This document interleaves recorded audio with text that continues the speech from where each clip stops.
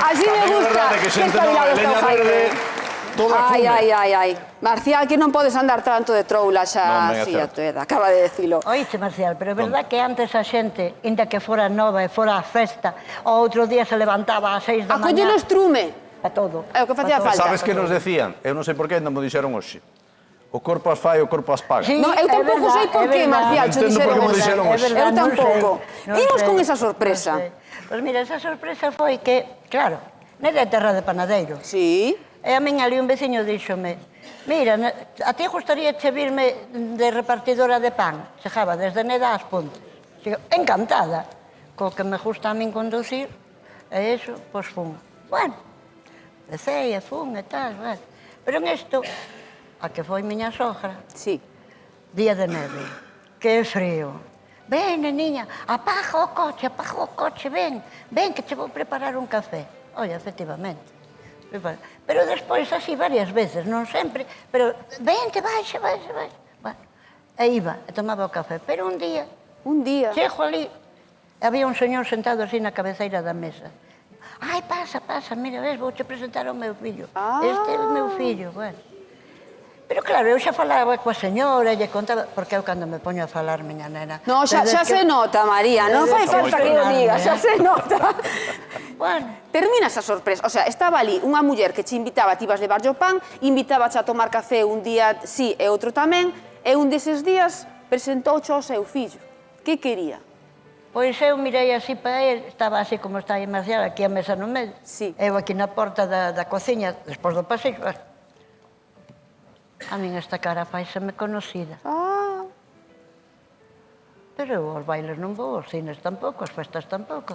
De que demonios conozco eu este paisano? Pois eu este paisano vino. Bueno, pero claro, o rapaz, porque era 6 anos máis novo que min, debeulle de caer isto como se di amor a primeira vista, ou flechazo, ou chamalle como queiras, porque el foi verme, e claro. E fostedes tomar os pementos de Herbón? Claro. Mira a primeira cita cos pementos de Herbón. Uns picaron e outros non. Uns picaron e outros non. Picou, claro que picastedes. Aí picastedes, María. Mira, eu non quería facerlle gasto. E fomos ali a Puente de Eume tomar os pimentos. Estaban moi bons. Pero despois de que tomamos algo, un refresco e tal, un cafeíño, pois fomos andando así por ali por Puente de Eume e tal. E dixenlle, mira, ti a min fástame conocido. Dixo, ti a min algo tamén. De que era, María? Pero claro, eu non quería que me souperan de que salía cun paisano e levei o coche hasta Fene. E eu tamén me esperaba en Fene. Xunta a iglesia que hai ali no... Vou non dicir eu, María, porque senón non damos avanzados. Sacara de xuntos o carné de conducir. Xustamente. Aí está, home, chegamos ao final. E pediuche para casar. Todos os días que me vía, cando casamos? Señor, para neno. A ver, cando nos casamos? Témonos que casar. É que eu... Ele había tido unha moza así un pouquinho... E aí a que picastes fostes ti. Claro. Que casastes. Que casamos. Esa boda gustouche máis que a outra. Ai, esa boda... É que esa boda xa foi en un restaurante, con música, con marisco, con pastel de novio. Claro. Ai, bueno. Outra cousa. Preciosa. 9 anos de felicidade con ese 9 anos home. de felicidade. Nos casamos no 2000 e me quedei viúda outra vez no 2009. Claro, porque tras eses 9 anos, outra desgraza na túa vida. Bueno, dixen o nombre, non sei se importa. Non pasa nada, María. Pois tiña escoliosis, e a escoliosis lle apretaba o corazón. E entonces, sí, eu levaba ao médico, oía moi mal, pero fomos a Gaes, puxo os audífonos, tal, ali en Ferrol, tal. Que se puxo enfermiño, María, e terminou falecendo. Se puxo maliño. Bueno, xa tiña o oxígeno na casa, Sí. Entón eu vino un día así tan mal, ele non quería ir para a residencia, non quería, señor, sí, vamos á residencia, que eu te encontro moi mal. Efectivamente. Non falleceu, isto era como hoxe, Sí.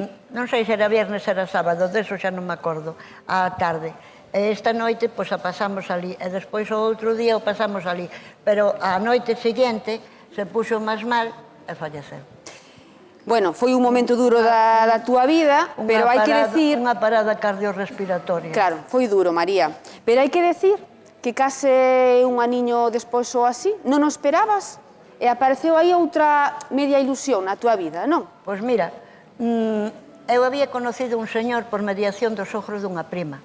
Bueno, e aquel señor tamén lle caín ben e sempre me decía: teñoche que buscar un mozo, teñoche que buscar un mozo, teñoche que buscar un mozo. Non quero mozo, non quero mozo, eu estou moi ben como estou.